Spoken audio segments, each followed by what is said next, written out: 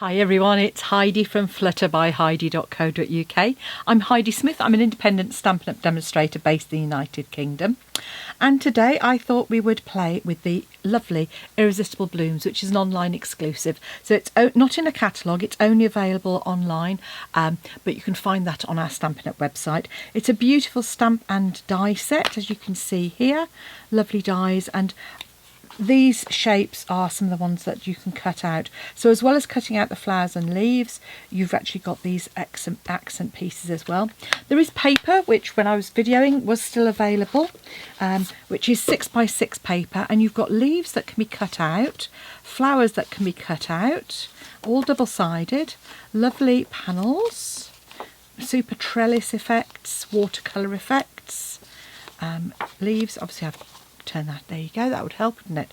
I love this one, with again a lovely trellis, more leaves with a splatter, sort of another leaf background with the lines and dots that echo the die, and some more leaves that can be cut out. So 12 patterns, all of which you can die cut out. And as I say, and those are the colours that you've got from Daffodil Delight and Flirty Flamingo, Petal Pink, Pretty Peacock, Lost Lagoon and Soft Sea Foam. So lovely colours there. And what are we going to make? So we're going to make this little treat box. So perfect little table favour, gift box. I've used a bit of, this is retired soft sea foam. I've said before, I don't use much ribbon, and Stampin' Up! Don't always carry all of the colours of ribbon to match. So if you see a colour that you like, I would say grab it while you can. And I love seam binding, it ties really beautifully. And you just open that up, and inside you've got a little treat box. It's kind of 2 inches, 5 centimetres square, and just ties closed, so really easy, but a way to use up those scraps. It uses just a single piece of 6 by 2 inches, so 15.2 by 5 centimetre piece of DSP, and we often end up with those pieces, particularly if you're doing card fronts. So this is a great way. And when I do stamping, I often end up with leftovers. So I end up with a little packet of assorted leaves and flowers, bits of card you can see here. So I've just used one of those. So I made a very quick box really quickly, without doing too much, and so that's what we're going to do.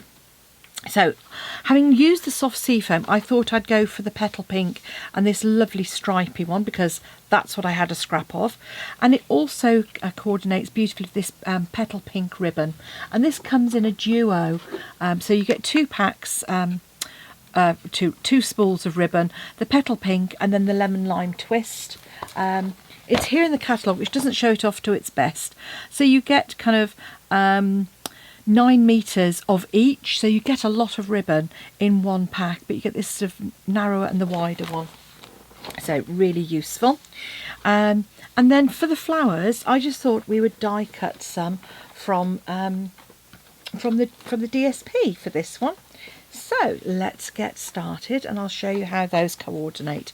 So we've got our dies in here, and then we've got our DSP, and as I've said, you'll end up with lots of bits of scraps of the paper, but you can see I've die cut some of these already, and I shall grab one of my pieces with some leaves on. She says optimistically, I bet I've already die cut the leaves. Now if you don't want to die cut them, they are quite a simple shape, or if the dies are not available, so you can actually fussy cut those leaves out as well if you wanted to. So there we go, there's a sheet with some leaves, and all I'm going to do is grab the relevant dies. So you can die cut both the large and the small.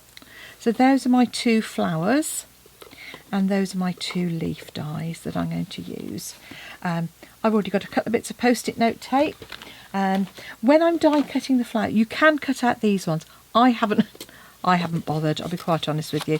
They're a little bit too small for me, so I just tend to cut one of each out, roughly. And that stops anything that's left being damaged by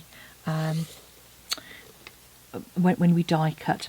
I also put a little dot on the top to show which way up my die goes. So I've done that on these. It's a little bit faded and it's probably hidden by there, but just a little dot. And that just helps me orient the dye quickly. So there we go. And then with the leaves, just the same again. I'm going to, let's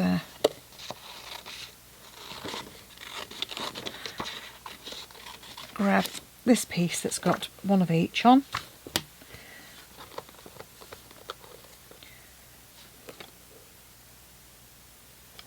So I'm just going to pop that one in there.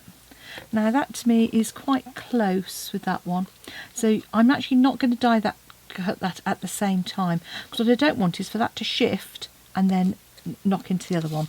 So I'm going to die cut those, and then I will be back in just, let's get rid of, okay, in just a moment. So I've die cut my pieces out. I'm just going to pop those to one side, putting my dies away at the same time. And you know, those of you who watch me, I mean, if you like what I do, please do subscribe, and that way you'll get notified when I next post a video. It does make it means you get notified. I usually post at least a couple of times a week when I'm back on form. What I do here is I use a piece of magnetic sheet just inside the stamp case. That keeps them all together. I draw around them with a chalk marker or a silver Sharpie, just to make sure I know that everything is back in place so I don't lose it. So those are our pieces. I might change my mind. I might use these ones that I've stamped. So I've stamped these in soft sea foam, and this one I've over stamped with the splatter stamp as well. And I've also inked this one with the splatter stamp and a bit of a blending brush. So I've actually got a couple of options to use. Now we're ready to create our box base, and you want a piece of cardstock that is 8.5 by 5 inches or 21 by 12.5 centimetres. And the scoring is really easy. On the short edge, you're going to score at 2 inches or 5 centimetres.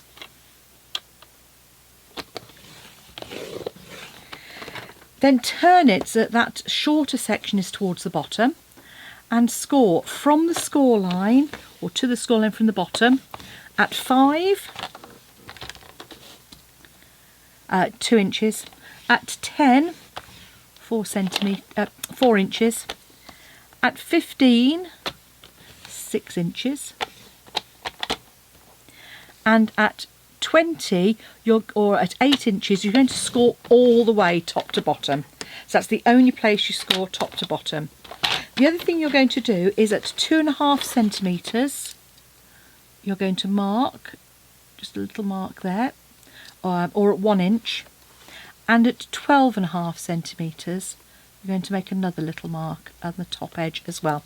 Use an erasable pen or a pencil, and so you can erase it afterwards.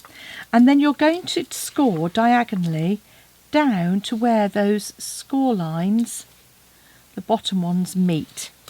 So I've just marked them there and at the edge here in case you can't see them. And so I'm going to grab my ruler and my take your pick and just score down there.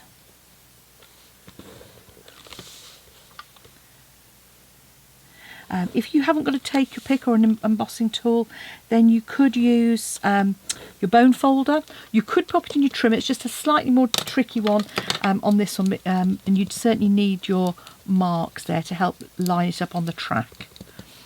So just coming in and erasing those little marks. I'm just going to reinforce that bottom score line and this side one. We can't reinforce these, but it doesn't matter because we're going to cut up anyway. So once you've got your piece scored,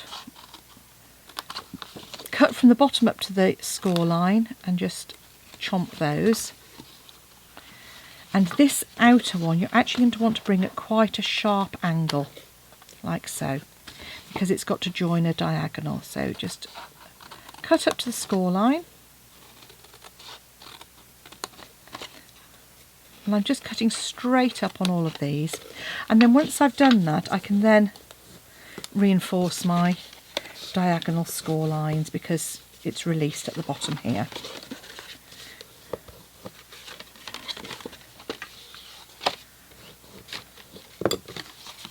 Like so. You want a 6 by 2 inch piece, 5 centimetres by 15.2, and then just score that in half, which I've already done, folded in half as well. So you've got just a little 10-fold piece, and you're going to pop that into your trio punch. So on the trio punch there is a line down the middle here, so if you want to you can measure if you want to do that.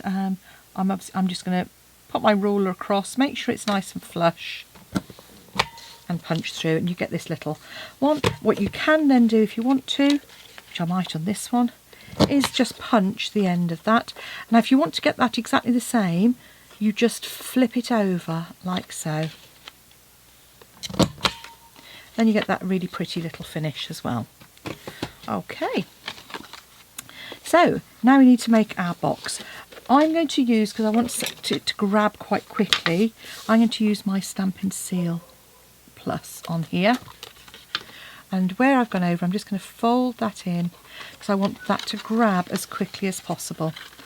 So you're going to line that up with that score line on the back. I'm saying this is the kind of trickiest bit, just to get that to...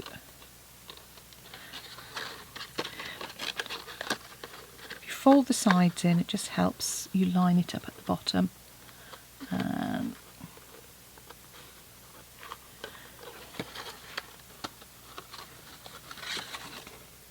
I've put the glue on the wrong side. Right, okay, so if you do that, I actually wanted my glue on this here. Now obviously what you've now got is a sticky bit on the inside of your box. So, quite simple. What you do is take your embossing buddy, or a little bit of cornstarch, or a little bit of talcum powder, fine talcum powder, and I'm just going to go over that until it's removed that stickiness. So that now is not at all sticky, which means I can now glue it the way I said. So fold the bottom in like so, because that gives you, it makes it much easier, and then you can just line that up with that score line, and then come in from the inside with your bone folder. So that's going to give us our little diagonal pouch. And to glue it, you want to fold in your two sides first, one over each other, the one at the back where your join is, like so, and then you can put your adhesive on that main flap and fold that in to secure. There we are. So always good to show you how to correct things. Now what we want to do is add our DSP to the back. So I'm just going to come in with a bit of Tombow, and just a reminder, because I did it in a video the other day, that you can always use your wider spreading end to get it just a little bit more even on there. And that is going to come up again from the bottom along that score line. So that's where you're not going to really notice that join at all. And then we're almost there. We can grab some of our ribbon now. And so how much ribbon is that? That's probably about, I'm guessing about 18 inches. Yep, somehow I just seem to be using 18 inches of ribbon all the time. Pop your treat inside, so your jewellery, your little chocolate gift, whatever it happens to be. Pop your ribbon through from underneath and wrap it round. Now if you're not very good at bows, or if you didn't want to put a bow on, then you could tie this in a knot quite neatly, but I find the easiest way, okay, so make it fairly even. And this ribbon is really pretty, got a lovely little sort of sheer stripe, so it's almost like petal pink and white. And that's a bit of a rubbish bow, but there we go. Let's see if we can correct it. So you can always you can manipulate bows a little bit. There we go. And then to add my flowers, I'm just going to shape that slightly and pop a couple of dimensionals on each side, so it goes each side of the ribbon. Pop my flower there, and then just add the leaves. Do I want the darker leaf? I think I'm going to use my I'm going to use my soft sea foam leaves. I think they're, and my stamped ones, they're just a little bit lighter. And pop that underneath at the top, and then grab my other little leaf. So if you're stamping, you know, you've only got one pass through the die cutting machine. Pop that underneath. So there we have our pair of pretty boxes. We've got Lost Lagoon and Soft Sea Foam here, and then we've got Petal Pink with so an assortment of colours from Daffodil Delight through to Soft Sea Foam and Flirty Flamingo. So, Team Green, Team Pink. I'm Team Pink, but that's because I'm just not a green girl. But I do love this green. I love Soft Sea Foam. And I think, of all of the greens, I think Lost Lagoon is probably my favourite. Anyway, thank you for watching. Please hit the subscribe button. It really does help me to if I've got more subscribers. And if you'd like to purchase from me, pop along to stampinup.co.uk, Stampin' Up UK, and search for a demonstrator, Heidi Smith, and you shop with me, and I'd be really grateful. I can then send you a thank you gift. Thank you for watching. Come back soon. Bye now.